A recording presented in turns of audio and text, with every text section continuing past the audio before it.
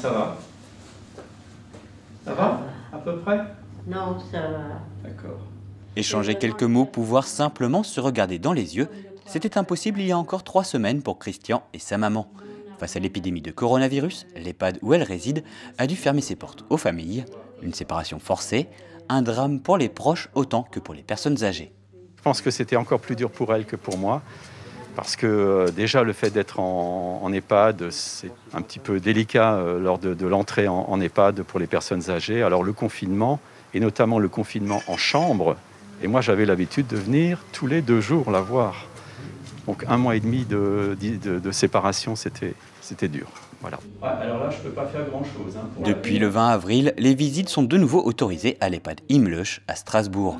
André a pu retrouver son fils après 6 semaines de séparation. Qui peut venir maintenant toutes les semaines, ce qui est déjà énorme. Donc, on a de la chance, ne nous plaignons pas. On n'a pas le droit. C'est de graves problèmes maintenant qui se sont installés. Il faut en subir les conséquences, mais en profitant autant que possible. Je pense qu'il a cru que j'allais dire un bébé. J'ai dit non, c'est un chat. Les visites sur rendez-vous sont limitées à une seule personne. Les masques et la désinfection des mains obligatoires. Il est aussi interdit de se toucher. Un dispositif contraignant mais indispensable pour protéger familles et résidents. C'est mieux que rien. Hein. Au moins, on se voit et on peut se parler. Voilà, il y a un minimum de contact sans contact. À la Robertso, on s'était préparé. Ainsi, dès l'annonce présidentielle, les premières visites ont pu être organisées. Pour la direction de l'EHPAD, il était urgent que les résidents puissent retrouver leur famille. Le risque, c'était effectivement des phénomènes de glissement. Déjà, l'isolement en chambre a été quand même difficile pour eux.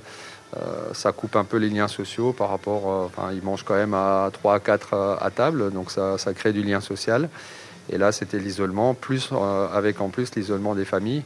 Donc effectivement, le besoin se faisait ressentir et il était urgent qu'on agisse. Je vous emmène et je vous accompagne, monsieur, et puis après je viens nettoyer. Au conseil départemental, on a très tôt pris conscience du risque accru pour les résidents des EHPAD. Au risque sanitaire s'ajoutant celui de l'isolement, qui peut lui aussi avoir des conséquences délétères sur la santé des personnes âgées.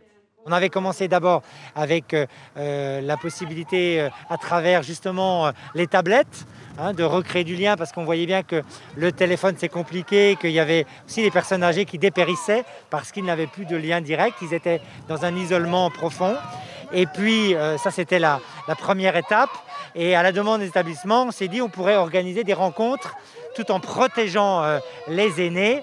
Eh bien, nous l'avons proposé, nous avons commencé à l'organiser et tout de suite, le gouvernement a rebondi sur notre proposition pour le développer sur l'ensemble du territoire national. À bientôt. À bientôt, maman. Au revoir, monsieur. Au revoir, merci. Bon week-end. Merci à vous. La période de confinement a également posé de façon plus aiguë nombre de problématiques sociales, notamment celle des violences intrafamiliales. Le groupement de gendarmerie du Bas-Rhin accueille 2 assistantes sociales du département. Notre métier, c'est de prendre en compte les situations où les gendarmes sont intervenus et d'apporter une suite sociale, une évaluation sociale. Donc sur des situations comme les violences intrafamiliales dans leur grande généralité, donc tout ce qui est intrafamilial, donc dans les couples avec les enfants, ascendants, descendants. C'est également le soutien aux familles endeuillées. C'est également le soutien aux familles qui ont des problèmes éducatifs, des fugues, le soutien aux familles quand il y a des tentatives de suicide ou des détresses psychologiques. Voilà. Donc ça représente par an à peu près 2400 saisines. Pour l'institution départementale, s'est posée la question de la continuité des services publics de solidarité. En effet, si certaines politiques peuvent être remises à plus tard, dans le domaine de l'action sociale, difficile de fermer les guichets. Pour des personnes déjà fragiles, le confinement, loin de régler les problèmes, les a au contraire accentués. On a fait en sorte de pouvoir rester toujours dans ce que j'appelle l'accompagnement inconditionnel humain, c'est-à-dire qu'il faut pouvoir répondre aux sollicitations, aux attentes, aux craintes et aux problématiques exprimées par les Alsaciens. Donc en fait, nos permanences téléphoniques sont restées au même niveau, elles ont même été étoffées pour être à l'écoute. On a un certain nombre de numéros verts aussi qu'on a qu'on a créé selon les demandes et les attentes de nos concitoyens sur des sujets très variés. Tout ça, nous continuons bien sûr à le suivre par téléphone. Et dès qu'il y a une urgence, on a la capacité d'agir. C'est-à-dire que nos travailleurs sociaux vont aller sur le terrain si des urgences s'expriment. Donc on a fait en sorte que le lien social puisse être absolument préservé. L'augmentation des violences intrafamiliales à cause du confinement, c'est l'inquiétude des associations, mais aussi ce que semblent suggérer certaines statistiques.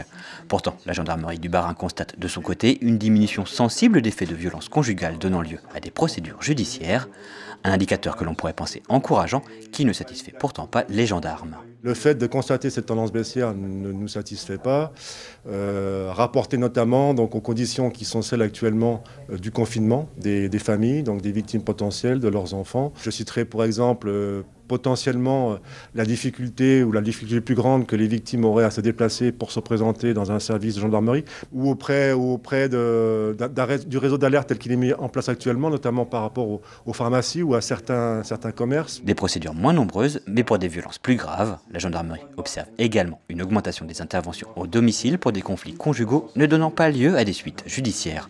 Rue de Molsheim, on s'inquiète ainsi de voir ces violences repartir à la hausse avec la fin du confinement.